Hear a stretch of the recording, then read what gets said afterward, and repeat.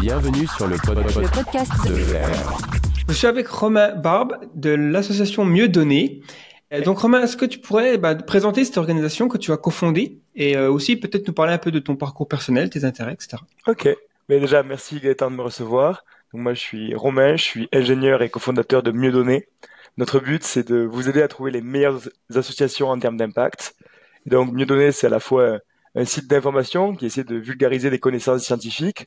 C'est aussi une plateforme de donation qui permet de directement soutenir les meilleures associations. Et c'est aussi des conseils en donation qu'on peut faire pour aligner vos valeurs et vos objectifs. Et derrière Mieux Donner, il y a aussi une équipe, donc Jennifer, ma cofondatrice, et moi-même qui sommes à plein temps, mais aussi différents bénévoles et aussi des spécialistes de différents domaines qui nous aident sur l'ensemble des sujets sur lesquels nous pouvons travailler. Et donc vraiment notre but, c'est de vous permettre d'avoir les éléments, d'avoir les informations qui vous permettent d'avoir un très fort impact à travers vos dons. Et sinon, pour mon parcours, donc je suis ingénieur de formation. J'ai travaillé dans différentes industries. Je suis aussi passé par le milieu de la start-up. Et donc maintenant, je suis à plein temps sur Mieux Donner. On a eu l'occasion de passer à travers un programme d'incubation qui s'appelle Charity Entrepreneurship ou Ambitious Impact. Donc c'est de 1000 à quelques milliers de personnes qui candidatent pour qu'une dizaine, une vingtaine soient sélectionnées dans le but de lancer des associations à très fort impact. C'est un programme très enrichissant avec un réseau riche et ça nous a permis de pouvoir accélérer le lancement de Mieux Donner, de bénéficier d'une communauté de différents spécialistes, d'autres associations ou organismes qui travaillent sur des sujets similaires aux nôtres, des fois dans d'autres pays aux quatre coins du monde. Et c'est comme ça que maintenant nous sommes à plein temps sur Mieux Donner et qu'on espère aider un maximum de personnes à avoir un grand impact à travers leurs dons. Ok, justement, tu parles d'impact comme ça à travers un don. Donc, quel est finalement on pourrait se dire, voilà, c'est quoi cette histoire d'impact? Pourquoi pas juste donner, je sais pas moi, à la première association qu'on rencontre. Souvent, c'est par exemple, moi, la première fois que j'ai donné à une association caritative, je me rappelle, j'étais étudiant il y a, je sais pas, une dizaine d'années, quelque chose comme ça, et je me baladais dans la rue, ça devait être à Toulouse, si je me rappelle bien, et il y a un type qui m'a abordé, donc les gens, tu sais, qu'on trouve souvent avec des flyers, c'est qui nous expliquent que l'association, c'était l'UNICEF en plus, je crois, donc pas du tout une association marginale, quoi. Et en fait, il m'a convaincu, mais c'était probablement plus parce que j'avais envie de me débarrasser de lui que j'ai réfléchi, que vraiment réfléchir à la question, est-ce que j'ai envie de donner de l'argent, pourquoi, comment, est-ce que je peux, enfin, toutes ces questions. Voilà, quelle est la raison d'avoir un impact à travers son don et pourquoi Mieux Donner, justement, est une bonne solution. Ok, je vous remercie de parler du sujet de l'impact. Et en plus, c'est quelque chose qui est très, très souvent utilisé. Même le mot impact, il est très à la mode, que ce soit les entreprises, même les associations l'utilisent. Une vision qui est assez très définie de l'impact, qui est une définition assez claire.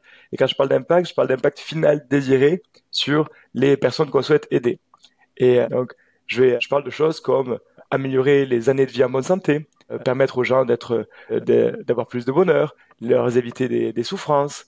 Et donc ça, sur les différents individus, ça peut être d'ailleurs aussi inclure des animaux. Mais quand on parle de cet impact final désiré, je parle de quelque chose qui compte. Et c'est cet impact final qu'on mesure. Je ne m'arrête pas sur des résultats intermédiaires. Par exemple, il y a des associations qui vont dire notre impact, c'est de distribuer 2 millions de livres. Très bien, mais est-ce que ces livres, est-ce qu'ils ont été distribués à des gens qui savaient lire? Est-ce que ces personnes avaient déjà des livres chez eux? Est-ce que ces livres leur ont permis d'avoir plus d'opportunités dans leur vie future? Est-ce qu'ils ont augmenté leurs chances d'aller dans des études supérieures qui leur apportent une plus grande liberté au sein de leur vie? C'est ça la question que je me pose, moi. Donc, je parle toujours d'impact final désiré. Aussi, ce qui est très important, c'est la notion de contrefactuel. Donc, contrefactuel, c'est-à-dire se poser la question, qu'est-ce qui serait passé si on n'avait pas fait ça? Et typiquement, s'il y a une association qui fait des incantations magiques pour guérir du rhume, elle pourrait se vanter que 95% des gens qui ont reçu une incantation magique guérissent du rhume. Mais il faudrait se poser la question, qu'est-ce qui serait passé sans les incantations magiques? Comparé à un scénario de base ou comparé avec un groupe contrôle, c'est une manière de savoir quel est notre véritable impact. C'est la variation entre ce qui serait passé sans nous et ce qui se passe après nous. C'est ça l'impact réel. C'est un impact net dont on parle. C'est d'ailleurs en général sur les questions de santé-pauvreté, il y a beaucoup de métriques et de manières de regarder cet impact-là, ce qui peut permettre de, notamment avec des essais randomisés contrôlés, c'est le type d'essai que vous avez peut-être entendu parler pendant la période de Covid, où on essaie de regarder qu'est-ce qui se passait après telle ou telle intervention entre différents groupes. En fait, ces différentes méthodes de mesure permettent de savoir quel est l'impact net d'une certaine intervention. Et ensuite, ce qui est intéressant, c'est qu'on peut regarder, par exemple, l'efficacité qu'ont les différentes associations. Donc, on compare cet impact à leur coût. Donc, peu importe la taille de l'association ou de l'intervention, on peut regarder quelle est son efficacité. Et si on se met à classer plein d'interventions sur leur efficacité, mais qu'est-ce qu'on se rend compte, c'est que entre une asso moyenne et une des meilleures associations, la variation d'impact, elle est fois 100. Donc, c'est vraiment contre-intuitif parce que quand on demande aux gens, ils pensent que c'est 50%. Et déjà, quand ils pensent que c'est 50%, ils sont là, oh, mais si c'est 50% d'écart, c'est énorme. Faudrait vraiment qu'on aille sur les meilleures associations. C'est pas 50%, c'est 10 000%. C'est vraiment fois 100. Et ce qui fait que quand on, et donc, la répartition, c'est vraiment une exponentielle qui fait qu'il y a une toute petite partie des associations qui ont un énorme impact parce qu'elles utilisent les meilleures méthodes. Et donc, ça a différentes implications. Déjà, ça veut dire que malheureusement, la majorité des associations ont un impact très faible. Ce qui veut aussi dire que vous avez l'opportunité, en orientant vos dons vers les meilleures associations, à avoir un énorme impact. Et donc, là, je précise d'ailleurs que je parle pas d'associations marginales ou je parle d'associations qui sont transparentes, qui n'ont pas eu de problèmes aberrants de corruption, qui ont reçu des fonds par la Banque mondiale, par l'Organisation mondiale de la santé. C'est donc parmi des choses très sérieuses comme ça. Mais quand on se met vraiment à mesurer l'impact qu'on crée, alors que ça part tous de bonnes intentions, des fois il y a plein de bénévoles derrière, il y a vraiment toute cette idée-là, mais quand on regarde vraiment si on aide les personnes, mais la photo finale est très différente de ce à quoi on s'entend. Des fois, malheureusement, on peut même se rendre compte que certaines bonnes intentions se retrouvent à blesser les personnes. Donc des fois, elles ont même un impact net négatif quand on se met à le mesurer. Pour dire un exemple, c'est je me rends compte que certaines populations ont des carences en fer, je vais distribuer des suppléments en fer, qui paraît vraiment comme une belle initiative. Sauf que quand on se met à mesurer, on se rend compte que ça augmente la prévalence d'autres maladies et qu'au final, ça a un impact négatif. Ce qui est vraiment terrible parce que quand on donne, on espère de faire ça pour aider et on n'espère vraiment pas qu'on va blesser, qu'on pourrait se retrouver à blesser des personnes. Et en fait, quand on choisit au hasard, on a de très bonnes chances de gaspiller 99% de notre générosité et que ça finisse pas à aider les personnes qu'on souhaite et surtout les aider du mieux qu'on peut. Donc, ces sujets d'efficacité, ça fait des grandes variations.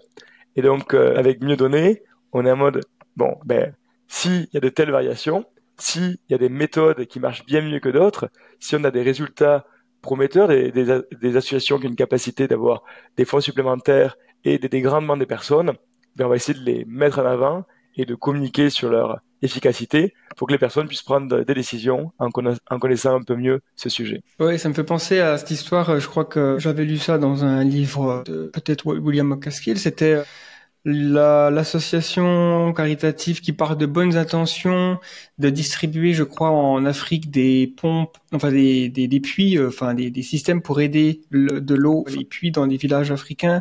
L'idée était assez intéressante, c'était que le puits ce soit une sorte de manège, enfin pas un manège mais une sorte de jeu pour enfants. Donc l'idée c'est de se dire les enfants ils iront jouer autour de ce puits en tirant, enfin je sais pas, un système qui va lever l'eau, donc une sorte de manivelle, je sais pas quoi, et ça facilitera l'eau dans le village. Les femmes n'auront plus à marcher des kilomètres pour récupérer de l'eau, tout ça.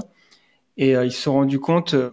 Et ils ont obtenu énormément d'argent en plus en faisant ça. Ils ont eu une levée de fonds. C'est une idée géniale, c'est innovatif, ça part de bonnes intentions. Il y a des photos d'enfants qui rigolent autour de ce tourniquet. En effet, ça donne envie. C'est ça. Et puis du coup, personne ne s'imaginait que ça allait avoir un impact polar opposé du résultat espéré, c'est-à-dire que personne voulait finalement de ça. Les enfants ont joué 5 minutes avec, ils se sont rendus compte que c'était hyper dur de pousser la manivelle, le tourniquet, donc les enfants ont abandonné le truc. Du coup, le puits était beaucoup moins utilisé et les femmes devaient marcher encore plus loin pour récupérer de l'eau. Enfin, tout un travail. Et donc les gens qui ont donné de l'argent en se disant ils contribuent à une bonne cause, en fait ils le savaient pas, mais ils ont, on va dire, amélioré, mais ils ont empiré la situation de villageois qui vivaient là, et on se dit, personne n'a pensé à leur demander ce qu'ils voulaient, finalement. C'est un peu con. Mais je comprends, l'idée d'avoir un impact, et surtout quand on parle de 100 fois plus, c'est vrai que c'est vraiment surprenant la première fois que j'ai entendu ça. Donc ça veut dire que par $, quoi, on va par euro. Si je donne 1 euro, une énorme fraction sera vraiment utilisée pour améliorer la santé, la vie, la richesse d'une personne. Et donc, j'imagine qu'il y a comment on appelle ça, des third parties, des évaluateurs qui vont prendre les associations et les enquêter et essayer de voir finalement pourquoi elles sont plus impactantes que d'autres. Comment est-ce que mieux donné, vous faites des évals aussi, ou est-ce que vous reposez sur des rapports qui ont été déjà faits, etc. Sur la plupart des sujets, on essaie de pas réinventer la poudre, de voir qu'est-ce qui est l'existant, et on a la chance d'avoir des évaluateurs indépendants qui sont par exemple GiveWell ou GiveWell sur les questions de santé, pauvreté, Giving sur les sujets du climat, qui ont déjà passé des centaines de milliers d'heures à analyser des fois des milliers d'associations et à faire des rapports détaillés sur des centaines d'entre elles. Et par exemple, l'avantage en plus, c'est que ce sont des associations extrêmement transparentes, critiquables, qui se basent sur des preuves, qui se basent sur des faits scientifiques et qui sont très ouverts à la critique, à chercher à s'améliorer. Et le but, c'est vraiment de mettre à disposition ces informations. Donc, quand on a ça, nous, c'est une aide énorme parce que ça nous permet de nous rendre compte un petit peu des critères principaux, de comment elles mesurent cet impact. Est-ce qu'elle prend en compte vraiment l'ensemble des critères? Et en fait, la réponse, c'est oui. Par exemple, sur la question de GiveWell, sur une association, je vais dire, par exemple, l'association New Incentives, qui s'est rendu compte qu'il y avait des très faibles taux de vaccination, les plus faibles au monde, en fait, dans certaines régions du Nigeria. Ils se sont demandé comment on pouvait améliorer ça, sachant qu'il y a quand même quelques campagnes de vaccination qui existent, mais ils sont pas faciles d'y aller.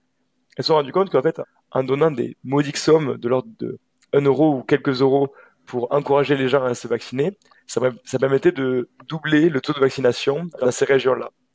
Et donc simplement, ils se sont dit, on va créer un système où on va communiquer et avec des petites incitations, on va augmenter le taux de vaccination. Et donc, GiveWell, cet évaluateur, va se dire, on va vraiment regarder combien ça coûte le vaccin, combien ça coûte de délivrer, combien de personnes sont touchées, est-ce que les personnes le reçoivent vraiment, quel est le taux l'évolution du taux de vaccination. Et là, je fais quelques facteurs, mais ils ont une feuille de calcul avec 250 lignes, globalement, qui prend en compte dans toutes les régions qui le regardent. Ils regardent le taux de prévalence, ils se posent la question s'il y a d'autres personnes qui auraient pu donner de l'argent si eux ne l'avaient pas fait, et se demandent vraiment quel est l'impact concret de New Incentives et quel est l'impact concret de dons supplémentaires New Incentives. Et c'est comme ça qu'ils arrivent avec l'ensemble de cette recherche à se dire que, en fait, si on donne, nous, un New Incentives, une somme, que ce soit 10 euros par mois ou des sommes plus élevées, mais vraiment, lors de leur prochain programme, ça va permettre de toucher des personnes en plus, voire de toucher des villages en plus sur ces sujets-là. Et augmenter la couverture, par exemple, vaccinale de ces villages, ça peut protéger des centaines d'enfants de pleine maladie. Ça peut éviter énormément de souffrance pour les familles, même des vies qui peuvent être sauvées. Et aussi, on regarde même les effets qu'ont ces vaccins sur le long terme. Est-ce que les enfants auront plus de chances d'aller à l'école, tomberont moins malades? Est-ce qu'ils auront des revenus plus élevés au cours de leur vie qui leur permettra plus d'opportunités? Et la réponse, c'est un franc oui. Ça a été évalué, surévalué, ça se base sur des essais très solides. Et donc, là, c'est le type d'intervention où on se dit, ça, c'est une manière extrêmement efficace d'avoir un impact tangible. Et donc, nous, mieux donné, on va analyser cette littérature qui existe, toutes ces analyses, et on va essayer de les simplifier, de les communiquer à travers notre site. Il y a aussi d'autres personnes en France qui ont essayé de faire des travaux un peu globaux, de voir quels sont les différents sujets qui permettent d'avoir un impact. Il me semble qu'il y a Corentin Bito qui est déjà passé dans The Flares, qui avait aussi parlé de ces sujets-là. Et donc on regarde l'ensemble des sujets qui existent. Ça nous arrive des fois de faire des préévaluations ou regarder d'essayer des comparaisons, notamment quand, par exemple, sur le sujet du climat, je me suis mis à regarder, le climat, c'est un sujet assez simple parce que beaucoup de gens travaillent sur la réduction des émissions de CO2. Donc c'est à peu près simple à comparer. On regarde combien d'émissions de CO2 ils s'attendent à enlever par euro. Et en fait, le problème, c'est que même avec des préévaluations qui sont en général très optimistes, il y a des ordres de grandeur d'écart entre les associations qui ont déjà été repérées, évaluées, et qui ont plein de facteurs correctifs et des nombres très prudents, par exemple celle de Giving Green qu'on met en avant sur notre site. Et si on le compare avec des associations en France qui m'avaient l'air prometteuses, ou même quand je vois le site, je suis enthousiaste et je me dis, ça a l'air pas mal. Et quand je me mets à regarder le nombre d'émissions de CO2 par rapport au coût, c'est des ordres de grandeur. C'est en étant très optimiste, 10 ou 100 fois moins bien, et des fois c'est 1000 ou 10 000 fois moins bien. Ce qui veut dire que la question de combien on donne peut être quasiment dérisoire par rapport à la question de où on donne, parce que c'est là que ça nous permet d'avoir le plus d'impact. Ok. Oui, donc, et aussi, mieux donner d'une manière générale, ça s'inscrit dans un mouvement assez large qui a quelques années maintenant, une dizaine d'années, peut-être un peu plus, celui de l'altruisme efficace, effective altruism. J'en ai déjà parlé, évidemment, sur cette chaîne, mais ça remonte, mais je crois la première personne qui était venue parler de ça, c'était Tristan Ross, il doit y avoir 5-6 ans. Peut-être beaucoup de gens qui nous écoutent savent déjà ce que c'est, mais je me dis ça pourrait bien de peut-être faire une sorte de récap. Globalement, comment tu définirais ça et voilà, peut-être les différentes causes qui sont aussi ciblées par mieux donner, c'est-à-dire on a parlé de la santé, la pauvreté, est-ce qu'il y a puis le réchauffement climatique aussi, est-ce qu'il y en a d'autres et comment est-ce qu'il y a une Bon, peut-être que je poserai une question après qui suit, mais j'ai déjà une petite question. Très bien, mais je commence sur donc l'altruisme efficace. Efficace, c'est un mouvement qui s'est créé autour de différentes idées, différentes pensées, qui se pose la question comment avoir le plus d'impact positif, comment aider le plus les autres avec les ressources qui sont à notre disposition. Donc là, c'est une question simple pour résumer ça, mais il y a aussi quand même quelques principes autour de ça. Il y a toujours de vouloir le faire avec une forme d'honnêteté intellectuelle, en gardant son intégrité, en suivant des principes moraux qui nous ont l'air de nous amener vers une direction d'un monde meilleur, en évitant de faire des choses qui ont l'air opposées avec d'autres de nos valeurs. Donc, la question peut paraître assez simple, mais derrière, il y a le mouvement de l'altruisme efficace, c'est pas des dogmes. Il y a rien qui n'est pas questionnable. Et d'ailleurs, les valeurs il y a quelques valeurs ou idées phares qui sont le fait que considérer que il ne faut pas essayer d'être impartial sur les personnes qu'on considère ou les individus qu'on considère. C'est-à-dire qu'on va pas s'arrêter à se dire je suis la personne la plus importante ou les personnes de mon pays ou les personnes qui me ressemblent biologiquement sont les plus importants. Et on va vraiment être ouvert sur cette question d'essayer de considérer les intérêts d'un grand nombre d'individus. Il y a aussi un autre principe qui est je préfère aider deux personnes qu'en aider qu'une. Ça peut paraître évident, mais c'est vraiment un principe de base. Donc, ces sujets d'efficacité sont souvent mis en avant. Il y a aussi cette idée d'esprit d'éclaireur, d'avoir une forme d'ouverture d'esprit et d'esprit critique, et qu'on soit prêt à réadapter notre vision du monde en fonction de nouvelles informations. Et c'est pour ça que d'ailleurs le mouvement de l'altruisme efficace, c'est en fait plein de personnes qui partagent un peu ces valeurs de base, mais qui ont plein de manières différentes. Il y a beaucoup de discussions au sein du mouvement de l'altruisme efficace. Et aussi, il y a cette idée que utiliser la raison, le raisonnement logique ou les connaissances scientifiques et les méthodes scientifiques sont souvent une meilleure manière d'avoir un impact positif que utiliser simplement nos intuitions ou nos émotions. Et d'ailleurs, je vais préciser, enfin, je ne représente pas le mouvement de l'altruisme efficace et je représente pas aussi l'ensemble des sujets. Donc, avec Mieux donner, on utilise une question qui est un peu plus simple, qui est comment utiliser nos dons, notre argent, pour avoir le plus d'impact positif. Et donc, on utilise énormément d'outils qui ont été développés au sein de l'altruisme efficace ou même du réseau ou différents organismes qui peuvent être affiliés à l'altruisme efficace. Mais par exemple, en France, il y a Altruisme Efficace France, dont Tristan faisait peut-être partie, et qui essaie de regrouper un peu plus différentes causes, qui vont aussi parler, par exemple, de comment trouver une carrière qui peut avoir un impact positif. Donc, Mieux donner, nous, c'est une petite partie de ça. On utilise ces différents outils qui ont été développés par l'altruisme efficace. Et notre but est simplement de vous aider à orienter vos dons vers les meilleures associations, parce qu'on a l'espoir que c'est une manière de rendre le monde meilleur et c'est une manière d'aider un grand nombre d'individus. Sur les causes, on essaie de se poser la question, chez Mieux donner, quels sont les sujets sur lesquels on peut le plus facilement avoir des améliorations conséquentes. Et donc, il peut y avoir, et ensuite, au sein de ces sujets, on se demande quelles sont les meilleures méthodes pour arriver à avancer sur cela. Et il y a des manières aussi d'évaluer un petit peu, par exemple, il y a une idée d'une échelle à 3 axes. On essaie de regarder l'ampleur du problème. est-ce qu'il a un caractère négligé et est-ce qu'il a un bon potentiel d'amélioration. Et par exemple, on va se dire, une des causes, comme on avance sur mes données, c'est aussi les questions des animaux. Est-ce que c'est d'une grande ampleur? Oui, il y a des milliers de milliards d'animaux qui sont élevés ou tués pour leur nourriture. L'ampleur a l'air assez conséquente, même si il peut y avoir des inconnus sur est-ce que leurs souffrances sont vraiment équivalentes à celles des humains, mais l'ampleur a l'air très grande. Est-ce qu'il y a un caractère négligé? Il y a très peu de personnes qui s'occupent des animaux d'élevage, alors qu'ils représentent une très grosse part de tous les animaux sur Terre. Et ensuite, est-ce qu'il y a un potentiel d'amélioration? Là, est-ce qu'il y a des associations ou des interventions qui permettent d'améliorer ce sujet-là, de limiter les conditions d'élevage les plus atroces, de trouver des solutions plus simples que ce système qui d'ailleurs aussi peut polluer énormément, avoir des grosses contributions négatives sur le climat et même augmenter les risques de pandémie chez les humains.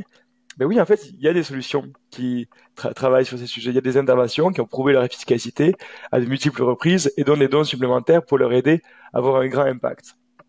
Et donc, c'est comme ça que, avec Mieux Donner, on a donc la santé-pauvreté qu'on a repérée, qui en fait recouvre finalement quasiment toutes les questions des humains maintenant, qu'on peut en fait essayer de trouver des équivalents sur quel est leur impact sur leur santé, leur bien-être, et on peut vraiment essayer de comparer une très grande variété d'interventions au sein de ce sujet-là. Ensuite, on a donc le réchauffement climatique avec un axe qui est très tourné sur le CO2, mais on s'intéresse aussi quand il y a d'autres bénéfices secondaires. Par exemple, quand le Good Food Institute, qui essaie de promouvoir des protéines végétales, ça a aussi des effets très positifs sur l'utilisation de l'eau et de plein de types de ressources. Et ensuite, donc le sujet de la cause animale que j'ai évoqué. Et très récemment, on a aussi ouvert un fonds sur la préservation de l'avenir qui se pose des questions de comment on peut essayer de réduire les risques de pandémie. Est-ce qu'il y a encore des solutions pour réduire les risques qui existent encore aujourd'hui avec des armes nucléaires ou même avec les risques liés à l'intelligence artificielle. Notre société va se retrouver un peu bouleversée par des nouveaux développements et qu'est-ce qu'on peut faire pour qu'ils soient faits dans les meilleures conditions possibles pour permettre de nous bénéficier et pas au contraire de nous nuire. Donc c'est comme ça les grandes causes qu'on soutient avec Mieux Donner. Et on est aussi très curieux de découvrir ce qui se fait par exemple sur des questions de démocratie, de préserver aussi des libertés humaines et des droits humains. Et par exemple, certaines organisations en Allemagne qui s'appellent Effective Spenden, avec lesquelles nous collaborons, a ouvert un fonds pour préserver la démocratie et ils ont trouvé des interventions qui avaient l'air de porter des fruits sur ces sujets-là. Donc on est très curieux de voir ce que ça peut donner ou trouver des initiatives similaires en France. Ok, ouais, c'est intéressant. C'est vrai que depuis que je suis un petit peu le mouvement altruisme efficace et que je m'implique un peu, j'ai l'impression qu'il y a vraiment un processus de découverte aussi, c'est-à-dire de découvrir des nouveaux angles qui nous permettent de prendre le problème de l'impact et de tout ça avec dans des directions qu'on n'avait pas imaginées. Récemment, oui, le préserver l'avenir, par exemple, c'était pas quelque chose qui était, on va dire, pensé au début du mouvement. C'était plus pauvreté, santé humaine et les animaux. Et aujourd'hui, on a effectivement renforcé la démocratie. Et j'imagine qu'il y a aussi un aspect de mesure, quoi. Est-ce que c'est possible de mesurer l'impact? Parce que on peut imaginer que une cause pourrait être à la fois avoir une marge pour être améliorée. On pourrait trouver qu'il y a évidemment l'ampleur du problème est large, mais qu'en fait on se dit mais les interventions, on sait pas trop si elles vont marcher ou pas. Il y a une grosse incertitude. Je sais pas si je me dis j'aimerais avoir un impact et je veux la paix dans le monde, quelque chose comme ça paraît tellement difficile de mesurer ça. Alors que effectivement quand on casse le problème et qu'on le met dans un entonnoir pour essayer de distiller finalement les mesures les plus petites qu'on peut prendre finalement. Là, on trouve des choses intéressantes. Et donc, je me suis demandé aussi comment est-ce qu'il y a une personne qui va avoir un impact. Est-ce que vous avez des conseils sur comment prioriser finalement l'impact qu'elle peut avoir? Par exemple, si je me dis bon, moi, je suis évidemment intéressé par aider les animaux, j'ai envie aussi d'aider les humains, j'ai envie de préserver l'avenir. Le réchauffement climatique, c'est important aussi. Est-ce que dans ce cas-là, c'est mieux de donner de l'argent dans les associations qui vont être dans ces causes-là, dans toutes ces causes-là, ou alors, finalement, le meilleur impact qu'on peut savoir, c'est d'en choisir une, quoi. Parce que sinon, on va diluer un petit peu son impact. Là, c'est un sujet assez complexe sur la prioritisation entre les causes. Mais j'aimerais d'abord faire un petit pas de côté pour dire que la plupart des gens sont à des ordres de grandeur, de différence de ce sujet.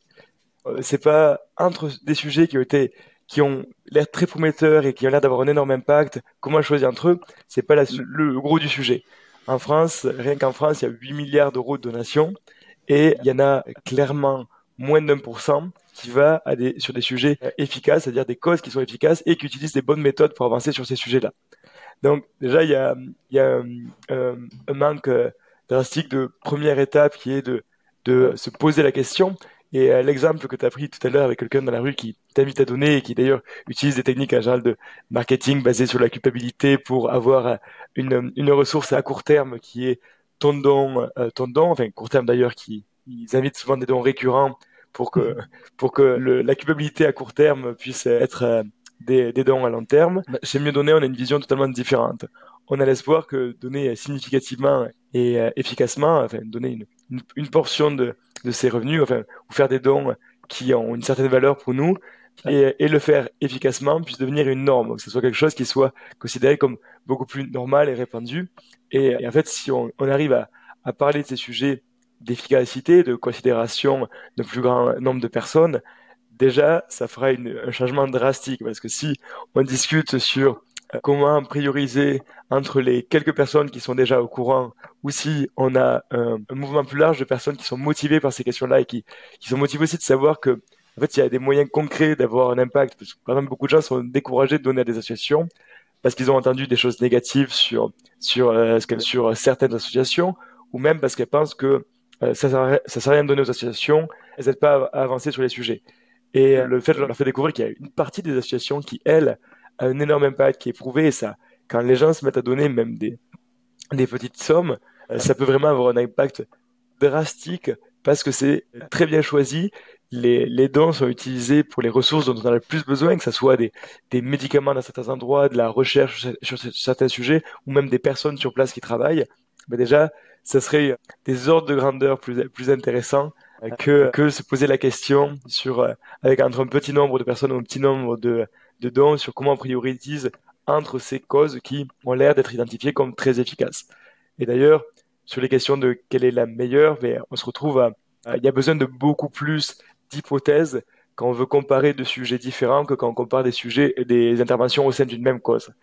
Typiquement, déjà, on se rend compte que si on veut améliorer la question du paludisme, qui tue demi-million de personnes par an, là, je précise que c'était quasiment 1 million il y a encore 10-15 ans, et que grâce à des moustiquaires imprégnés, on a quasiment divisé, notamment grâce à ces moustiquaires, on a quasiment divisé par 2 le nombre de personnes qui mouraient de la malaria. Donc c'est un sujet qu'on fait déjà des grands progrès, et avec des dons supplémentaires, on pourrait progresser encore plus rapidement et sauver beaucoup de personnes. Et donc, quand on compare même au sein de la santé-pauvreté, il y a déjà des hypothèses qui doivent être faites où on essaie de comparer plein d'avantages différents. On demande souvent aux bénéficiaires mais qu'est-ce qui valoriserait le plus entre des augmentations de revenus, entre réduire des maladies, éviter certains types de handicaps. Il y a déjà plein de questions au sein d'une cause, et quand on se met à essayer de comparer entre des causes différentes, on se retrouve des fois à avoir plein d'autres hypothèses, plein d'autres nombres avec des incertitudes très élevées qui rendent cela assez difficile. Et ce qui fait que il y a pas de consensus, il n'y a pas de réponse unique sur des causes qui ont l'air meilleures que d'autres. Il y a d'ailleurs des personnes qui essaient de mesurer ça et qui tombent sur des fois, j'ai réussi à tomber sur un ordre de grandeur, que c'est à peu près le même ordre de grandeur. Ou tiens, moi j'ai trouvé que c'est x10 en écart. Par exemple, Rating Priorities, qui essaie de se poser les questions des grandes priorités de ce monde, ont essayé de trouver des valeurs morales entre les animaux et les humains, et on conclut que aider les animaux aidait bien plus que aider les humains. Et par contre, il y a plein d'hypothèses qui disent on a des grosses incertitudes sur ces hypothèses, ce qui fait qu'on pourrait avoir des nouvelles découvertes qui pourraient changer assez drastiquement ces nombres. Par contre, on a quand même l'idée que les animaux, ça a vraiment l'air d'être un sujet important sur lequel on peut aider. Et il y a d'autres personnes qui ont essayé de comparer, par exemple, les tonnes d'émissions de CO2, quel est l'impact sur les humains dans le futur. Et donc là aussi, ils ont tombé sur des choses c'est le même ordre de grandeur. Mais il y a d'autres organismes qui ont dit, c'est un ordre de grandeur de moins. Donc, on se rend compte que il n'y a pas de consensus, c'est pas un sujet clair. Et donc, ce qui permet, si les personnes se sentent plus à l'aise sur un sujet que sur un autre, ça serait pas ridicule, ce serait pas forcément un manque d'impartialité flagrant qui réduirait leur impact de se concentrer sur cette cause-là, parce que ça a l'air d'être une cause très importante. Et il y a d'autres personnes qui pensent que diversifier, ça leur permet de dire, avec différents points de vue moraux, ça a l'air d'être une manière d'avoir un impact à coup sûr. Sachant que la question de ça marche entre des causes très efficaces, mais par exemple, ça marche pas du tout si on compare une asso efficace et une asso pas trop efficace. Si par exemple, il y a une asso qui, si vous leur donnez 100 euros par mois au cours de votre vie, vous allez sauver une dizaine de vies.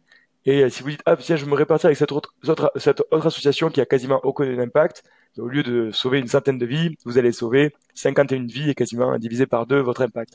Donc la diversification, ça marche vraiment pas dans tous les cas.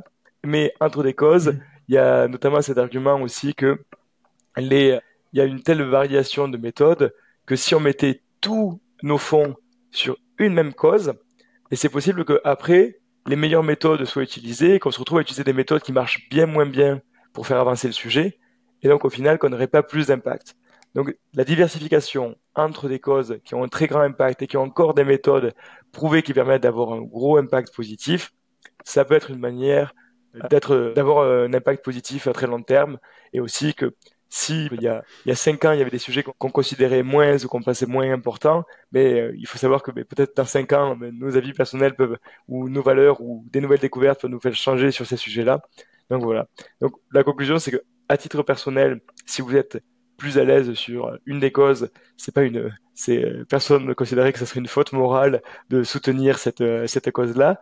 Et par contre, il y a d'autres personnes qui considèrent que des fois la diversification en général entre des causes c'est aussi assez plaisant parce que on a ce biais qui dit j'ai pas envie de perdre l'opportunité de donner, ou on a ce biais de vouloir répartir qui peuvent nous pousser à le faire, et qui à l'échelle globale permet de bien fonctionner. Après, une question plus dure, c'est en fait se poser la question d'essayer de penser à la marge, et en fait il faut se poser le prochain euro, où est-ce que je peux le donner pour que ça aide le plus.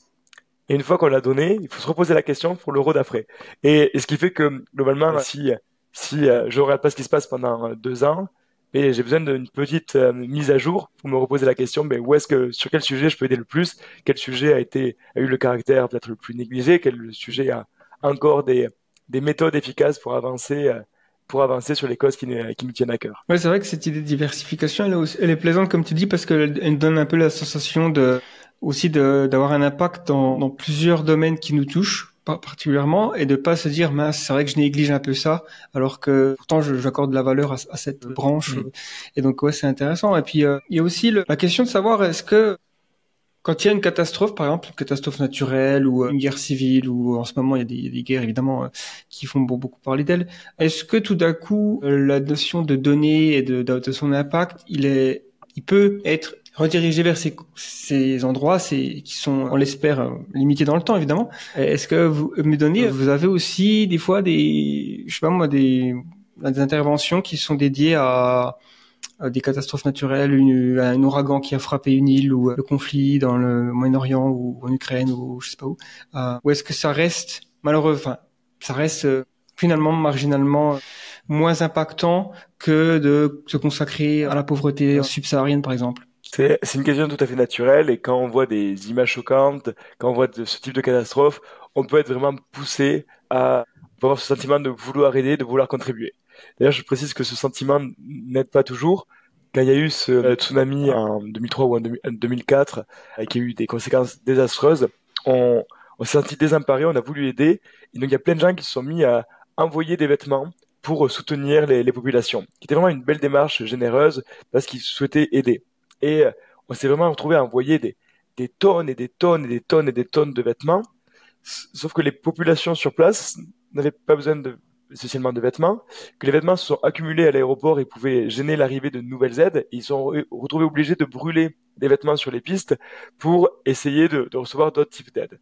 Donc, déjà, réagir face à l'urgence et à la catastrophe nous mène pas toujours vers de très bonnes décisions. Il y a aussi ce cas d'une association, il me semble que c'est la Croix-Rouge, mais je suis plus sûr de quelle association c'était, qui, dans le cadre de Haïti, avait reçu des dizaines de millions et des dizaines de millions de dons. Et ils sont arrivés sur place, mais il y avait déjà énormément d'associations qui bougeaient, qui faisaient plein de choses, etc.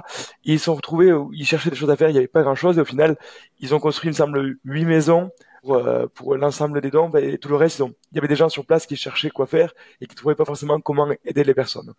Donc, il y a réagir à la catastrophe, c'est ça. Il y a aussi se poser la question, mon don supplémentaire, qu'est-ce que ça va permettre? Et s'il y a déjà plein de pays, des fois pour des raisons politiques, des fois pour d'autres types de motivation, ou déjà plein de personnes déjà généreuses qui ont été motivées pour le faire, mais des fois des dons supplémentaires ne peuvent pas aider, et ce qui est nécessaire, c'est simplement du temps en plus. Donc ça, c'est un des premiers aspects. Et ensuite, il y a se poser la question de, encore une fois, admettons que je serais une des personnes au hasard dans le monde, où est-ce que je considérais que j'aurais le plus besoin d'aide? Et en fait, c'est possible que dans le cas des catastrophes, malheureusement, les actions de réparation ne peuvent aider que partiellement les personnes. Alors que typiquement, des actions de prévention ont des ordres de grandeur plus élevés en termes de, c'est des dizaines, des centaines de fois plus facile de prévenir certains types de problèmes que d'essayer de les réparer. Et par exemple, il y a le fait de soutenir les gens, leur éviter de tomber malades et leur permettre du développement économique. Ça leur permet d'avoir en général des sols qui sont protégés, d'avoir des meilleurs toits. Et en fait, ça les rend plus résilients pour se préparer à de futures catastrophes en général. Ce qui veut dire que même face à l'urgence d'une catastrophe, on pourrait, si on souhaite que ça n'arrive pas ou que ces personnes soient moins impactées dans le futur, mais il faut aider les prochaines personnes qui pourraient être victimes d'une catastrophe, peut-être, notamment les gens les plus faibles, plutôt que les personnes qui malheureusement sont déjà dans une situation de détresse et qui ont déjà des personnes qui essaient de les aider. Ouais, c'est vrai que ça fait sens, notamment tout simplement l'aspect négligence et prévention. Quand il y a une catastrophe naturelle, tout ça, il y a beaucoup d'aide humanitaire qui est déjà redirigée. Enfin, en général, c'est pas négligé. Donc, selon les principes de la traite efficace, on va dire, nos ressources sont mieux allouées à essayer de rendre les pays les plus riches possibles. Par exemple, il y a aussi un point sur les catastrophes. On a très souvent envie d'aider en donnant des choses. Et d'ailleurs, même, on a envie de donner de notre temps perso, on a envie de donner nos objets ou même de donner nos idées. Et souvent, la meilleure manière d'aider les gens, c'est juste de donner l'argent directement à ces personnes. Et donc, je serais toujours plus intéressé sur des idées, par exemple, donc Give Directly, c'est une association qui a déjà donné des centaines de millions d'euros ou de dollars à travers le monde pour des personnes qui en avaient besoin. Et ils se disent, en fait, la manière la plus facile d'aider quelqu'un, en général, c'est de leur donner directement de l'argent qui leur permet de bénéficier de plein de choses positives. Donc, dans le cadre des catastrophes, plutôt des fois que vouloir donner des objets qui peuvent être très difficiles à coordonner, demander beaucoup de ressources à transporter, mais directement soutenir les personnes peut aider plus. Ce qui marche d'ailleurs en général assez vrai avec les associations, avec les autres types d'associations, où même si on a envie de donner de notre temps ou de donner nos idées, mais des fois c'est pas ça dont on a besoin. Ce qu'on a besoin, c'est vraiment d'argent supplémentaire pour permettre d'avoir des médicaments supplémentaires, d'avoir des moustiquaires qui protègent, de pousser des personnes qui poussent des plaidoyers, des campagnes qui vont changer et affecter des dizaines de millions de personnes. Et donc des fois, l'argent est un outil très puissant. Et il y a cette citation qui dit que en fait, notre argent, dans les pays occidentaux, où globalement, par exemple, un Français avec le salaire moyen, on s'en rend pas compte mais on est dans les 6% les plus riches du monde, ce qui fait que notre argent, ou une petite partie de notre argent, ça peut être une sorte de super pouvoir parce que bien orienté, il peut changer la vie de dizaines, de centaines, voire de milliers d'individus. Ouais, c'est ça qui est intéressant aussi avec l'idée de don, notamment le don à impact, ça va à l'encontre un petit peu de nos intuitions ou nos émotions, parce que souvent, c'est bien connu d'ailleurs des gens qui essaient de promouvoir le don vers une cause plutôt qu'une autre, c'est de montrer une petite fille en pleurs ou d'essayer d'avoir un visage, d'avoir des émotions pour générer des émotions. Et on sait que, par contre, si tu montres un village entier de petits enfants, voilà, qui meurent de faim, par exemple, on a des très bonnes études qui ont été faites là-dessus sur le fait que ça génère moins d'émotions. En fait, plus tu augmentes le nombre, si tu dis je vais sauver 10 000 personnes avec mes dons, en fait, ça fait presque ni chaud ni froid, quoi. Enfin, c'est bien, ça donne un petit peu. Mais par exemple, si tu dis, voici la petite fille qu'elle a un nom, elle a une famille, une histoire, et c'est grâce à elle, grâce à mon don qu'elle vit. Enfin, là, tout de suite, on se sent rempli on a envie de pleurer de joie. Et ça, c'est justement une sorte d'intuition qu'il faut essayer de combattre parce que ça nous pousserait à potentiellement négliger que si on peut avoir un impact plus large, il faut le faire. Comme tu disais, c'est mieux de sauver 2 personnes qu'une. Et c'est pour ça que, si je prends des associations assez connues comme l'UNICEF, tout ça, sur les façades dans des bus, par exemple, ce sera souvent un visage et pas 36. Et il y a aussi un fait intéressant, c'est que en systématisant son don, finalement, on perd un petit peu justement la sensation qu'on a un impact positif. J'ai presque l'impression, si je fais c'est mon cas, tu donnes tous les mois, voilà, c'est automatique, tu penses même pas, quoi. Finalement, c'est prélevé, puis ça fait aucune différence dans le quotidien. Et donc on oublie presque qu'on a un impact. Et donc comment il y a des moyens de je sais pas, de se rappeler qu'on fait des choses comme ça. Ou je sais qu'il y avait une association qui est pas Impact, que on en avait parlé un coup. Et ça m'avait fait, je sais pas, je trouve ça intéressant. C'était que, je crois que tu donnes directement à une personne et t'envoies des cartes postales, enfin un truc comme ça. Et donc la personne que tu reçois, tu vois la petite carte. C'est certainement pas là. En plus, il faudrait enquêter sur si la carte postale a vraiment été écrite par la petite fille, le petit garçon que t'aides. Mais je crois que c'est un parrainage, un truc comme ça, quoi. C'est un peu, ça sent l'arnaque presque. Hein. Mais en gros, la question pour résumer, parce que là je blablate, parce que c'est prouvé qu'être altruiste, c'est bon pour la santé, quoi, finalement. On a de la dopamine qui est relâchée dans le cerveau quand on fait un acte généreux en principe, mais c'est moins le cas quand on clique sur un bouton et que tous les mois on a un prélèvement automatique. Donc est-ce qu'on réconcilie les deux à un moment donné? Et donc, moi je suis très curieux de tous les travaux de sciences cognitives, de psychologie, de recherche sur ces sujets-là. Donc il y a plein de nouveaux papiers qui sortent. Un qui est sorti très récemment et comparé justement un argument purement émotionnel avec un argument qui était plus rationnel. Et en fait, on avait des résultats assez similaires sur la motivation des gens à donner. Mais par contre, il y avait d'autres choses qui disent le fait de mettre une photo d'une personne, donc une victime identifiable, ça augmente les dons sur une page. Donc en fait, il y a plein de choses vraies qui peuvent des fois s'accumuler, des fois qui s'accumulent pas. Donc c'est des sujets assez complexes. Par contre, pour les personnes, il y a quand même il y a même des études qui ont montré que quand les personnes donnaient en sachant qu'ils avaient donné efficacement, ils étaient plus heureux de leurs dons après coup que s'ils étaient motivés uniquement par des émotions.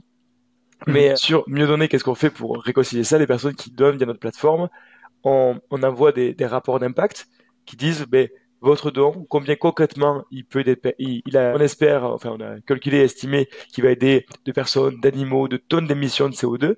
Et d'ailleurs, tous les 3 mois, on envoie des résumés qui disent voilà, juste pour rappel, vous avez un impact extraordinaire. Vos dons ces 3 derniers mois ont certainement permis tout cela d'impact positif. Et donc les personnes peuvent avoir cette piqûre de rappel. J'ai aidé comme ça. On n'envoie pas des petites lettres effectivement marquées par des personnes qui n'ont ou non écrit ces personnes, mais on utilise des arguments en fait rationnels et on rappelle vraiment quel est l'impact attribuable concret des dons qui sont permis. Il y a aussi le fait que tout le monde ne partage pas. Moi, je sais que ça fait il y a quasiment 2 ans, j'avais donc découvert le sujet des dons et je me suis mis à le faire. Et moi, je sais qu'un peu plus régulièrement, ça m'arrivait déjà d'y penser, de me dire, je sais que là, il y a une partie de mes revenus qui sont utilisés du mieux qui est possible et qui aident concrètement énormément de personnes actuellement. Et de temps en temps, l'idée me motive. Il y a aussi le fait de parler de ça. Il y a plein de sujets sur lesquels ça nous arrive de discuter, même sur des sujets autour de l'argent, sur notre loyer, sur le coût de nos vacances. Et c'est vrai que le sujet des dons, il y a une espèce de tabou autour de ça, alors que des fois aussi, le fait d'en parler, ça peut être une des manières de se le rappeler, aussi de créer des discussions intéressantes avec d'autres personnes qui peuvent aussi être motivées par ces sujets-là. Ouais, c'est vrai que comme tu mentionnes, c'est vrai que c'est intéressant parce que on a peut-être en France plus qu'ailleurs, je suis pas sûr, faudrait que je me rende compte de ça, mais on a souvent tendance à pas vouloir crier sur les toits qu'on est généreux, qu'on donne de l'argent à des associations caritatives parce qu'on a peur que les gens nous regardent avec des yeux du style c'est qui celui-là, qui nous juge moralement. Finalement, on n'a pas envie d'avoir l'air supérieur aux autres.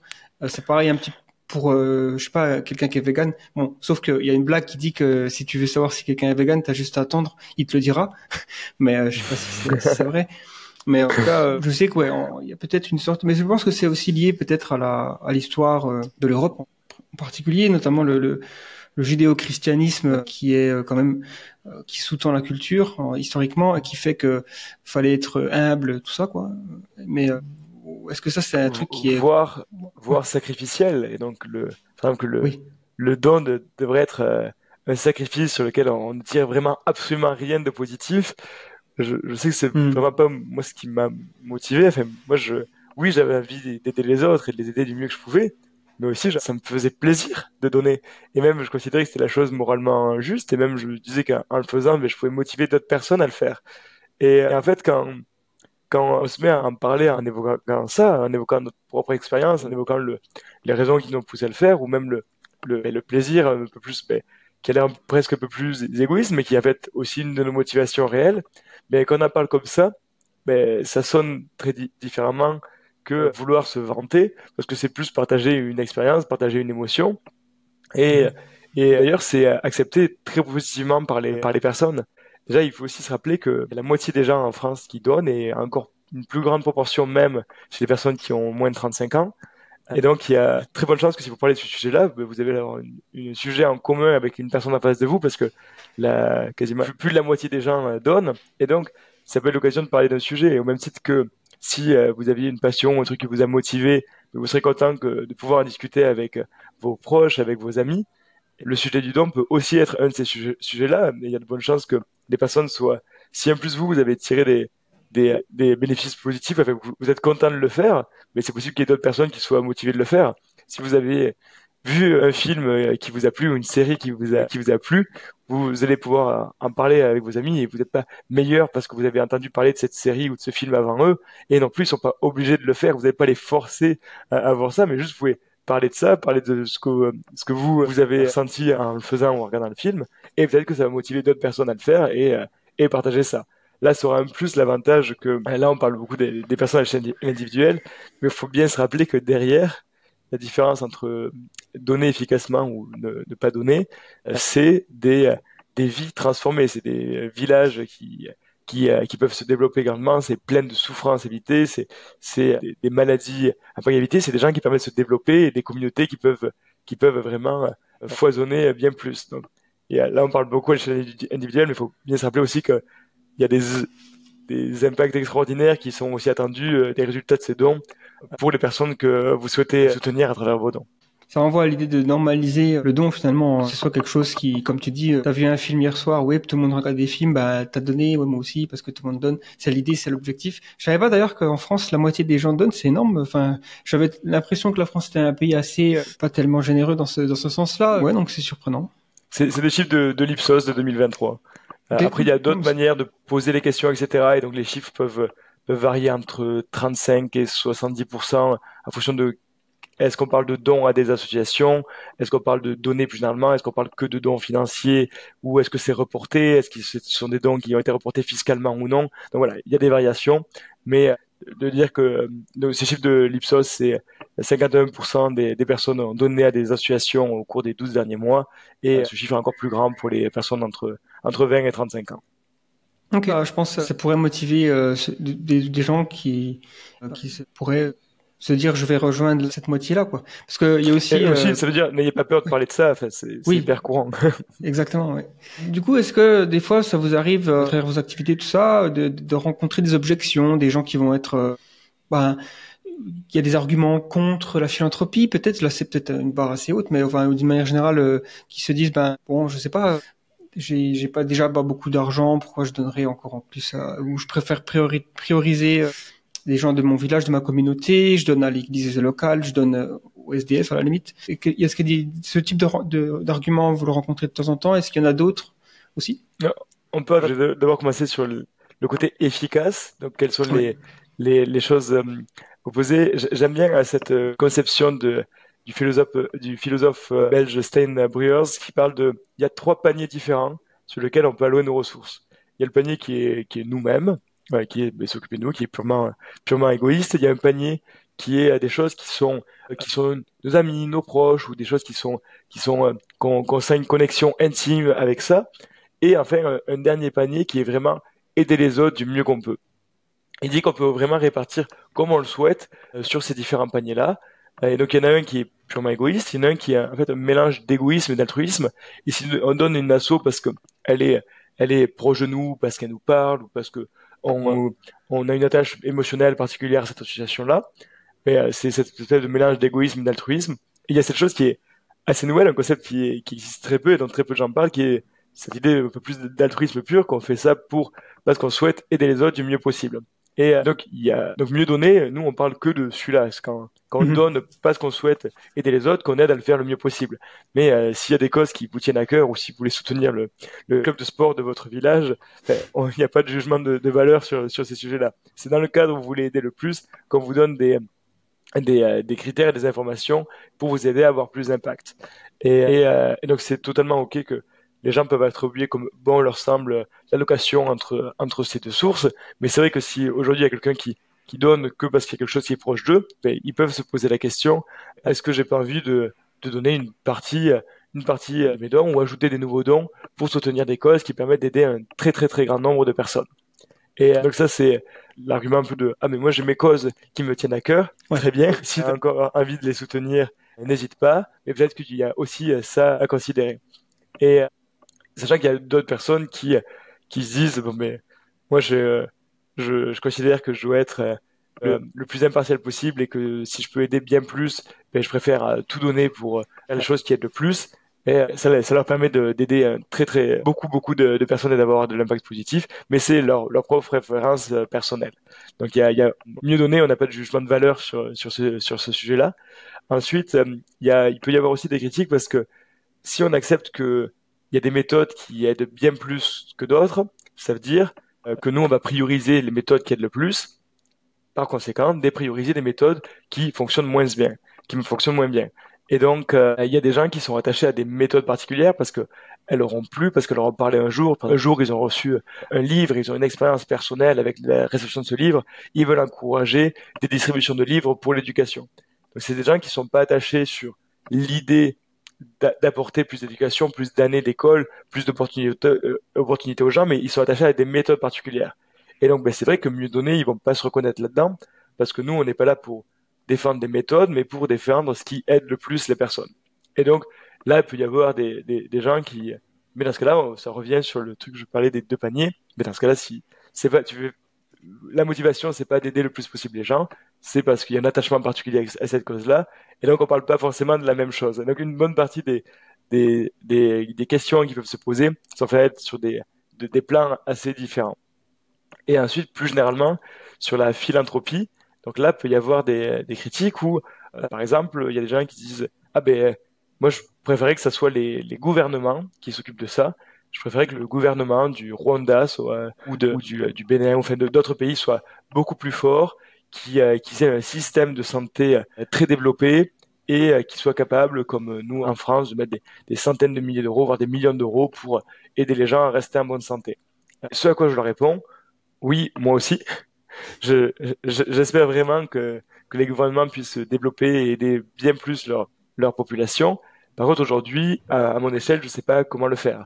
Et je sais pas, il y a eu des projets, enfin, il y a plein de gens au sein du gouvernement qui, eux aussi, devaient faire. Il y a plein de projets d'aide internationale qui aussi essaient de les aider, et avec des succès très difficiles et limités. Par contre, le fait que nous, on a la possibilité d'aider ces personnes qui sont pas aidées par le gouvernement, c'est aussi une réalité. Et donc, la philanthropie peut aider dans ce cadre-là, surtout que quand on aide les populations à ne pas tomber malades, à leur permettre d'aller à l'école, à leur permettre de devenir des entrepreneurs, entrepreneuses, et de développer des projets, ça participe à la construction du pays, en fait.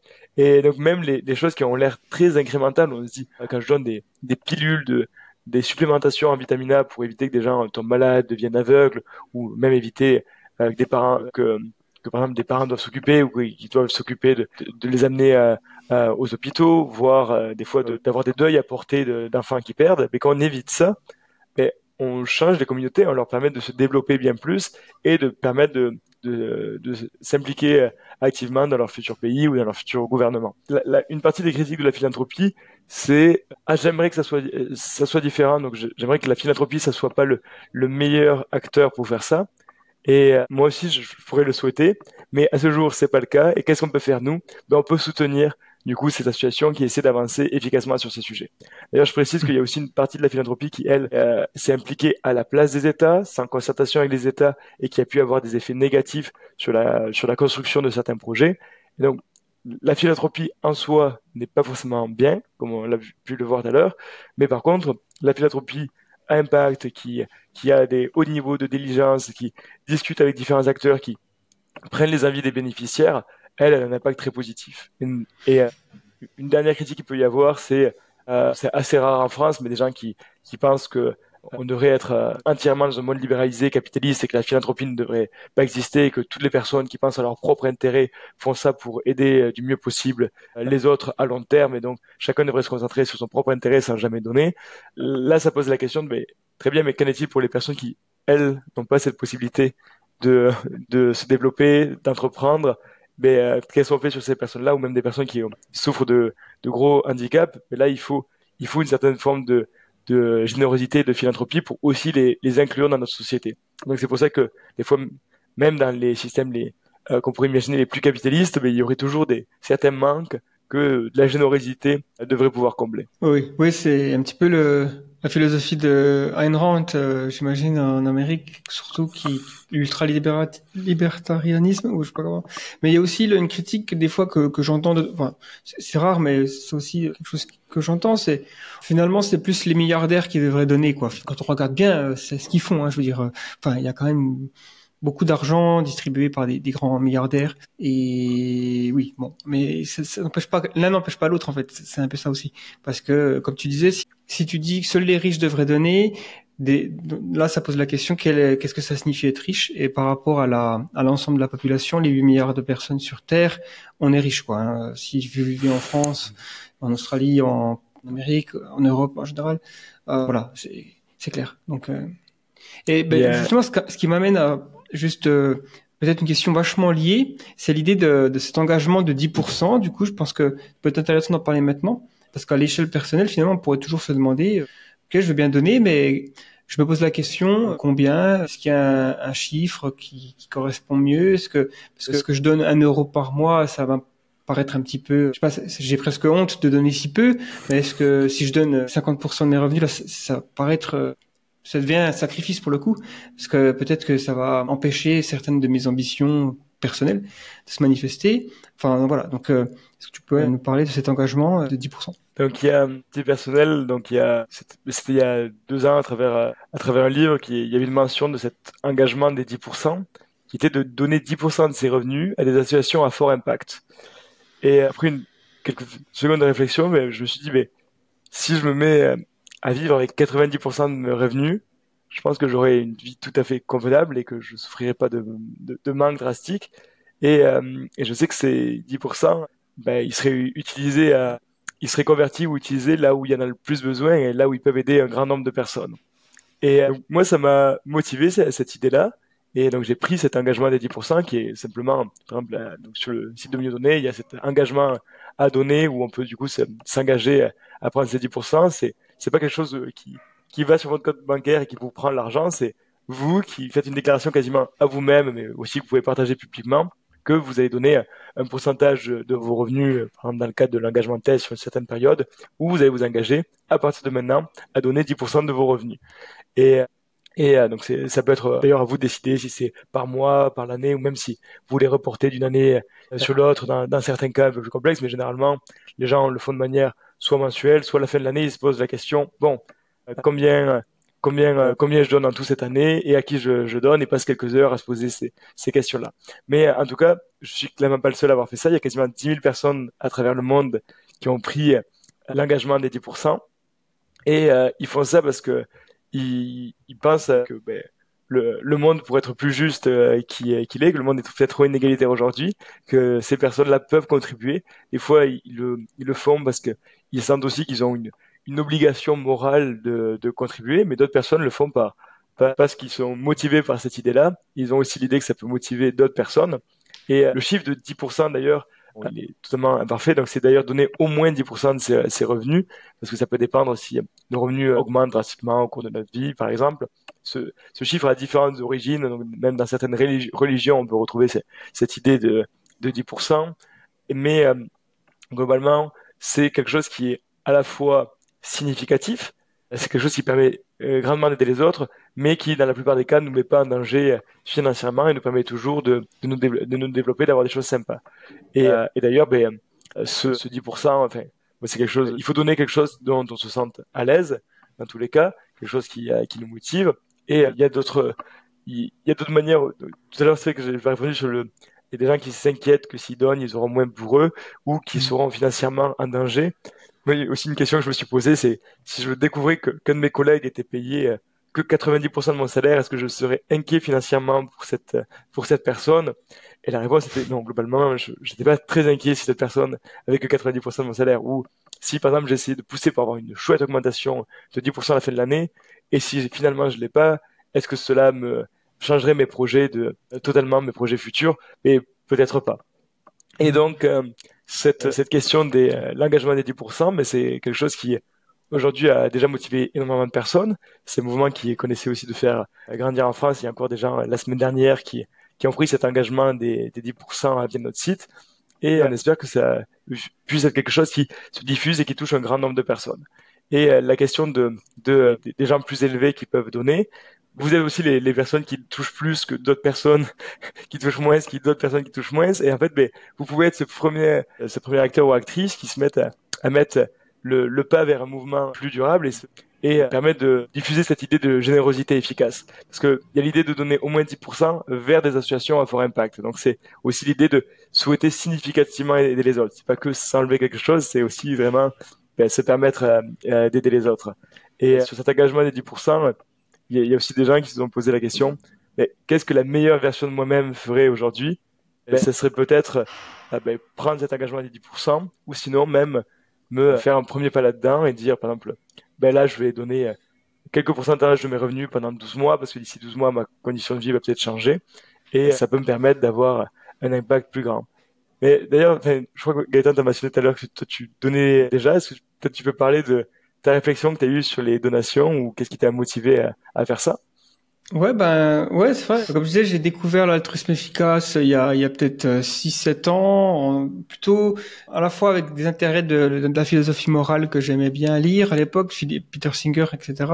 Après, je suis tombé sur William McCaskill, mais aussi à travers, je pense, le mouvement rationaliste, Nick Bostrom pour l'IA, mais aussi Eliezer Yudkowsky et tous ces gens qui, on se retrouve avec un Venn diagramme, tu sais, un diagramme, je sais même pas comment on dit en français, mais en tout cas, diagramme de Venn, oui. Ouais, diagramme de Venn, et on retrouve des similarités. Et du coup, je me suis intéressé à ça. Et au début, c'est vrai que, comme je disais, j'avais pas eu une grande expérience dans le don caritatif, et je m'étais jamais posé la question. En fait, tout est venu un peu en même temps, quoi. À la fois mon engagement vers la cause animale, parce que je suis devenu vegan très vite après avoir découvert ça, mais aussi j'ai commencé à donner de l'argent. Et j'ai utilisé le site The Life You Can Save de Peter Singer, qui est donc un philosophe australien on va dire, c'est un peu un proto altruiste efficace, parce que en 1970, je crois, enfin dans les années 70, il avait écrit un essai philosophique assez connu c'est l'enfant dans un petit étang. Enfin, en gros, si vous rentrez, je sais pas, du boulot, et puis que vous vous rendez compte qu'il y a un bébé presque, un enfant de très bas âge, qui est en train de se noyer dans une toute petite mare ou fontaine même, et vous avez des chaussures vachement chères que vous venez d'acheter hier, ce serait assez monstrueux, je pense, moralement, de se dire, je vais pas aller aider cet enfant parce que ça va mouiller mes chaussures, quoi. Vous pensez que la vie de cet enfant vaut plus que vos chaussures, donc vous allez rentrer dans la fontaine, sauver l'enfant le plus vite possible, et puis tant pis pour les chaussures. Et son argument, c'est que finalement, on est tous dans ce cas-là, aujourd'hui parce qu'il y a des gens qui pourraient déjà bénéficier d'un don qui serait l'équivalent de vos chaussures ou autre, hein, mais qui pourront, en tout cas, qui ne sacrifierait pas votre vie si vous faites ce don, et vous pourrez avoir un impact positif en sauvant potentiellement une vie. Après, on discutera peut-être du coup d'une vie humaine, mais et donc voilà, ça m'a convaincu. En fait, j'étais vachement intéressé par la rationalité, donc le raisonnement derrière tout ça m'a convaincu, quoi. Après, je suis un peu dans une sorte de voyage vers le don, c'est-à-dire que j'ai commencé avec ce site. Ce qui est intéressant, c'est qu'il te donne une sorte d'échelle, quoi. En gros, tu rentres ton salaire annuel, par exemple, tu dis où tu vis, puis ils te disent, oh ben, selon un certain calcul, je sais pas après exactement ce qu'il y a sous le capot, mais vous pouvez vous permettre de donner tant. Et donc je me suis dit c'est une bonne indication, quoi. Et je me suis toujours dit au fur et à mesure de ma vie, en fonction aussi de mon parcours et de mes salaires, si carrière, voilà, en général il y a une progression dans une carrière et on gagne plus quand on a 50 ans que quand on a 20. Donc on peut se permettre peut-être de donner plus. Et voilà, je suis un peu dans ce voyage. Ouais, donc puis à travers The Flares, ben forcément c'est un outil de communication puisque je m'attendais pas à ce qu'une chaîne YouTube que je lance comme ça avec un ami se retrouve à attirer du monde, quoi, même si c'est modeste. Donc je me suis dit ben je vais parler de ces sujets. Voilà. Et puis c'est pour répondre à ta question, quoi. Après, il y a aussi une question que peut-être qui peut être intéressante de se poser, c'est vis-à-vis des avantages fiscaux, parce que faut aussi en parler. Je pense que il y a des gens qui peuvent peut-être pas réaliser qu'il y a des avantages fiscaux de donner de l'argent à des associations caritatives en France. Donc déjà, est-ce que vous faites un travail d'éducation auprès des gens qui donnent, vous leur expliquez qu'il y a des avantages à ce niveau-là, et pour quelqu'un qui a absolument aucun niveau financier, qui connaît pas du tout comment ça marche les impôts, qui se gratte la tête à chaque fois, parce que c'est compliqué des fois. Donc clairement, on n'est pas toujours très enclin à creuser ce sujet-là, donc je comprends tout à fait que ça vaut le coup d'en parler. La France est, à ma connaissance, le pays le plus généreux sur la réduction fiscale. Donc c'est l'ordre de 66% de vos dons. Il y a même dans certains cas, sur certains types d'impôts ou certains types d'assauts, ça peut monter à 75%. Mais en gros, ce 66%, c'est 66% de réduction d'impôt sur l'impôt sur le revenu. Donc, pour dire concrètement comment ça se passe, si vous avez en tête de dire voilà, mais là c'est la fin de l'année, c'est la période des fêtes, c'est un moment où je suis généreux avec différentes personnes de ma famille, j'ai aussi envie de contribuer significativement, parce que j'ai reçu un peu d'argent et j'ai envie d'aider significativement, et je me mets à donner, je vais dire pour faire un chiffre qui marche bien, je veux donner 340 euros de ma poche. Et donc on se dit on est vraiment prêt à donner ces 340 euros. Mais la réduction fiscale va faire que vous allez avoir 66% d'impôt, de réduction d'impôt sur le revenu. Donc, si vous êtes prêt à dépenser 340 euros, ça veut dire que vous pourriez faire un don de 1000 euros à cette fin d'année à une asso qui bénéficie de la réduction fiscale. Vous allez recevoir un reçu fiscal qu'il faut conserver pendant 4 ans. Et globalement, en mai, lors de votre déclaration d'impôt, il y a une case, la case 7UF, me semble-t-il. Vous marquez montant total des dons bénéficiant de la réduction d'impôt à 66%. Vous allez reporter ce 1000 euros du don que vous avez fait juste l'année fiscale précédente. Et en août, quand il y a la régularisation des impôts, donc en général, ils regardent si le prélèvement à la source a bien été fait. Donc, des fois, vous devez un petit peu, des fois, ils vous doivent une certaine somme. Et bien là, sur cette somme-là, ils vont rajouter les 660 euros qui vous devez, ce qui va faire que votre don va vous coûter que les 340 euros que vous avez initialement prévu de dépenser. Donc la réduction fiscale, c'est vraiment une manière en donnant à des dons à des assos qui sont déductibles et en le déclarant, vous pouvez tripler le montant de votre don pour le même coût pour vous. Donc ça, c'est vraiment quelque chose qui est en France, qui est vraiment très fort. Toutes les assos ne bénéficient pas de la réduction fiscale. Par exemple, sur le site de Mieux Donner, on a différentes associations qui en bénéficient, comme Against Malaria Foundation pour le paludisme ou Helen Keller pour des distributions de vitamine A. Vous pouvez aussi me contacter si vous êtes intéressé par le Good Food Institute. Mais globalement, en donnant à ces assos qui bénéficient de la réduction des impôts, et ça vous permet de pouvoir donner 3 fois plus pour le même coût pour vous. Donc c'est vraiment c'est l'État vraiment qui consent pour encourager davantage les dons qui permet de faire des choses que l'État n'a pas toujours la capacité de faire. C'est l'État qui consent à cette réduction fiscale chaque année, qui vous permet donc de soutenir davantage les associations. C'est intéressant d'expliquer ça, parce que je pense que on ignore des fois qu'en fait on peut avoir cette réduction d'impôt. Du coup, ça fait que le don fait enfin, il passe comme une lettre à la poste presque. Enfin, je veux dire, c'est beaucoup moins un coût en fait. Ouais, je précise qu'il y a quand même des limites à ça. Bon, déjà, il faut avoir des impôts sur le revenu et il faut qu'il vous reste des impôts sur le revenu. Et pour les personnes qui ont des hauts salaires, donc on va dire supérieurs à 45 000 bruts à l'année, il me semble, c'est dans la limite de 20% de vos revenus totaux. Donc vous pouvez faire jusqu'à donner 20% de votre revenu et quand même avoir une réduction fiscale, ce qui fait que ça va vous coûter que un peu moins de 7% au final. Ça c'est le cas de la France, mais je pense que ton public est peut-être plus francophone que français. Et il y a aussi des réductions d'impôts donc en Belgique, au Canada, en Suisse. Et donc même si vous avez d'autres questions, n'hésitez pas à contacter Mieux Donné. On connaît des gens dans ces différents pays. On peut vous informer sur la législation en cours ou même des questions sur votre cas personnel.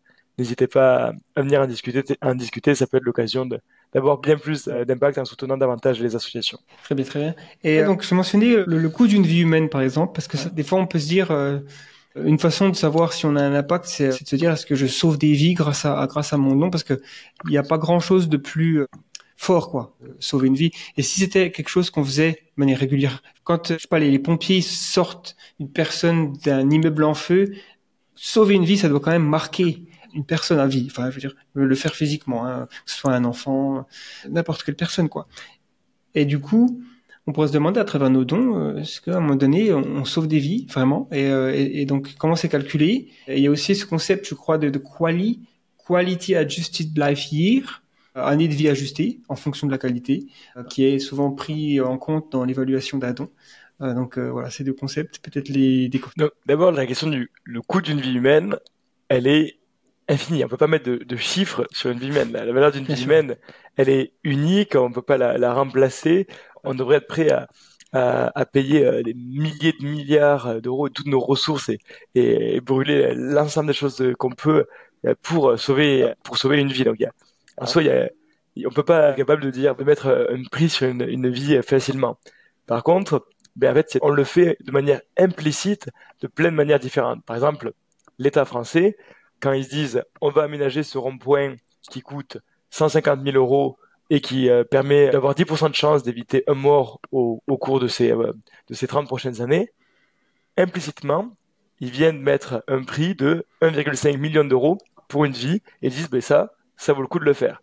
Pareil pour des campagnes de prévention, pareil pour des médicaments ou certains types de traitements à l'hôpital. En fait, quand on accepte de faire ça, on donne un coût implicite à une vie.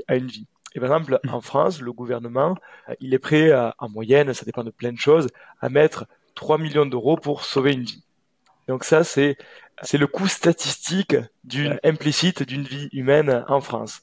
Et même sur le sujet d'une année de vie en bonne santé, il y avait ce chiffre dans un rapport qui parlait de 150 000 euros qui étaient prêts à dépenser pour ajouter une année de vie en bonne santé.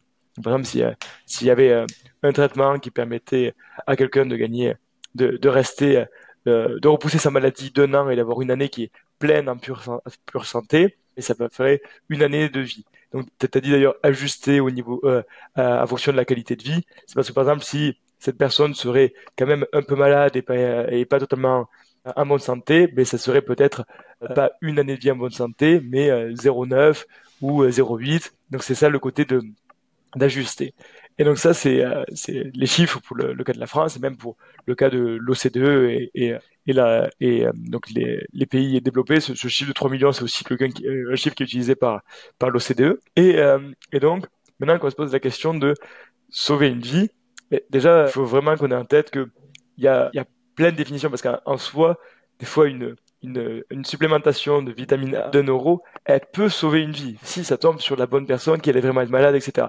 Donc, on est tendance biaisée à entendre des chiffres différents ou avoir des évaluations différentes du nombre de vies, mais quand on parle vraiment de statistiques sauvées, de coûts totaux, etc. Par exemple, pour le cas de la France, on est sur l'ordre de 3 millions d'euros. Et pour les assos, donc recommandés par Guy Voel, qu'on met aussi en avant sur notre site, l'ordre de grandeur, c'est plutôt de quelques milliers d'euros. Donc on passe de millions d'euros à des milliers d'euros, donc un chiffre qui est 1000 fois moins élevé, ce qui veut dire concrètement que si on regarde vraiment sur je vais creuser pour le cas de la vitamine A, qu'est-ce qui se passe quand on vous donne quelques milliers d'euros sur la vitamine A? Mais ça permet de protéger quelques sur le coût de la distribution de la vitamine, c'est de moins d'1 euro. Il faut 2 suppléments pour couvrir un enfant pendant 2 ans, ce qui permet d'avoir 1500 enfants protégés. Ensuite, on se demande, ah oui, mais est-ce que ces enfants étaient tous carencés? Est-ce qu'ils n'auraient pas reçu des vitamines autre part si nous, on les avait pas données? Et est-ce qu'ils les prennent bien correctement, régulièrement, au bon moment? Enfin, et on se demande combien sont utilisés efficacement. On peut mesurer et on peut avoir ensuite, du coup, le nombre exact d'enfants qui en bénéficient effectivement correctement. Et ensuite, grâce à des études scientifiques, on peut voir, comparant des enfants qui en reçoivent, des enfants qui n'en reçoivent pas, quelle est leur variation de leur taux de mortalité. Et là, on peut voir que la mortalité baisse de quasiment d'un quart, juste avec ces pastilles de vitamine A qui sont extrêmement peu chères à donner. Et en fait, derrière, on peut même se dire, ok, on va même prendre des facteurs correctifs au cas où que l'étude se réplique pas totalement et que dans cette région, ce soit un peu différent. Ils divisent encore par 4 leur nombre pour être sûr que ça soit vraiment un chiffre qui est très prudent. Et ils arrivent à cette valeur de... Et en fait, avec quelques milliers d'euros, on peut sauver une vie et éviter d'autres enfants de devenir aveugles et éviter des centaines d'enfants d'avoir des maladies, d'avoir des complications, d'être plus faibles, de ne pas avoir l'énergie de jouer, d'avoir les parents qui sont inquiets, de ne pas pouvoir qu'ils aillent à l'école, etc. Donc, il y a tout ça derrière, c'est une vie sauvée dans la définition de Guy Voel, qui a fait quelque chose de très prudent, qui prend des chiffres très, très pessimistes, toujours, qui sont extrêmement sûrs de leurs chiffres. Ce qui veut dire concrètement que quand une personne en France se met à donner un pourcentage de ses revenus à des assos, ou même 50 euros par mois, pareil, ça dépend si c'est après ou avant réduction fiscale, parce que ça peut faire du x3 en différence, et bien ça lui permet au cours de sa vie de sauver énormément de vies et de transformer énormément de familles. Et voilà, donc ça c'est des chiffres qu'on regarde, et on regarde aussi sur le nombre d'années de vie en bonne santé. Mais voilà, donc il y a plein de facteurs différents qui nous permettent de comparer ça. Et concrètement, je serais pas capable du coup de dire c'est ça la vraie valeur de cette vie-là, parce que cette valeur elle est censée enfin, j'aimerais qu'elle soit la plus élevée possible. Mais par contre, ce que je peux vous dire, c'est que quand vous vous mettez à donner même une petite somme, vous avez ce pouvoir de transformer plein de vies et potentiellement d'en sauver. Ouais, ça c'est vrai que évidemment le coût de la vie c'est une question philosophique, métaphysique presque, qui c'est quelque chose qui devrait pas être justement quantifiable avec de l'argent. En plus c'est presque ça se fait pas. Mais forcément, comme tu disais, c'est vrai que c'est intéressant de voir. On est obligé presque quand on a des fois plutôt dans le passé, disons que quand un pays décide de déclarer la guerre à un autre pays, il va prendre en compte le fait que sa population va devoir y aller. Donc, à la Première Guerre mondiale, la Deuxième Guerre mondiale, on pourrait presque dire que à l'époque-là, la vie humaine était considérée comme moins valable. Et on peut voir que dans l'histoire de l'humanité, peut-être qu'il y a une histoire de progrès à ce niveau-là, c'est-à-dire qu'on se rend compte que la vie humaine est de plus en plus valuable, qu'elle a de plus en plus de valeur. Il y a aussi un truc intéressant par rapport... Juste sur le truc de la valeur, ce concept d'utilité marginale. C'est-à-dire, quelle valeur on tire, nous, d'avoir des euros en plus, et l'utilité marginale des euros sont décroissants. Et globalement, je sais pas s'il y a Bill Gates qui dit, je me sentais pas plus heureux quand j'avais 100 milliards que maintenant que j'en ai 101 milliards. On veut bien le croire. Alors que par contre, si ce milliard était donné à plein de gens et pouvait doubler les revenus de milliers de foyers, là, ça aurait un impact drastique. Et donc, en fait, ça s'applique même à notre échelle à nous, où le fait de l'argent pour nous, ça ne change pas grand-chose, le fait d'en ajouter un petit peu dans la plupart des cas, et même on s'y habitue très vite, et des fois, ça n'a même pas d'impact positif sur nous, alors que les donner à des personnes qui sont en extrême pauvreté et qui ont moins de 2 euros par jour, ça peut être une transformation totale de leur niveau de vie, et ça peut leur permettre des choses drastiquement différentes, et en plus, dans leur pays, ça leur permet vraiment d'avoir d'acheter encore plus de choses, d'avoir encore plus de biens que chez nous. Et donc cette idée de valeur aussi fait que quand nous on se met à donner à ces personnes-là, pour elles ça a une valeur gigantesque, alors que pour nous, on peut parfois à peine s'en rendre compte, et ça peut ne pas avoir d'impact très positif sur nous. Alors pour elles ça peut être des questions de vie et de mort, mais même aussi des questions d'opportunité, des questions d'épanouissement qui sont gigantesques. Oui, effectivement, c'est vrai qu'à chaque fois on pourrait se dire, voilà, le budget café d'une personne à l'année, finalement, on se prive pas beaucoup si on se dit, je vais boire un café en moins au Starbucks du coin tous les jours. Enfin, toi, c'est pas... Je dirais plutôt, à la place du Starbucks, trouver le café, prendre le café à la maison avant de partir. Et là, cette différence-là, ça change vraiment très peu, peut-être pour nous, alors que ça peut être très, très grand pour d'autres personnes. Exactement.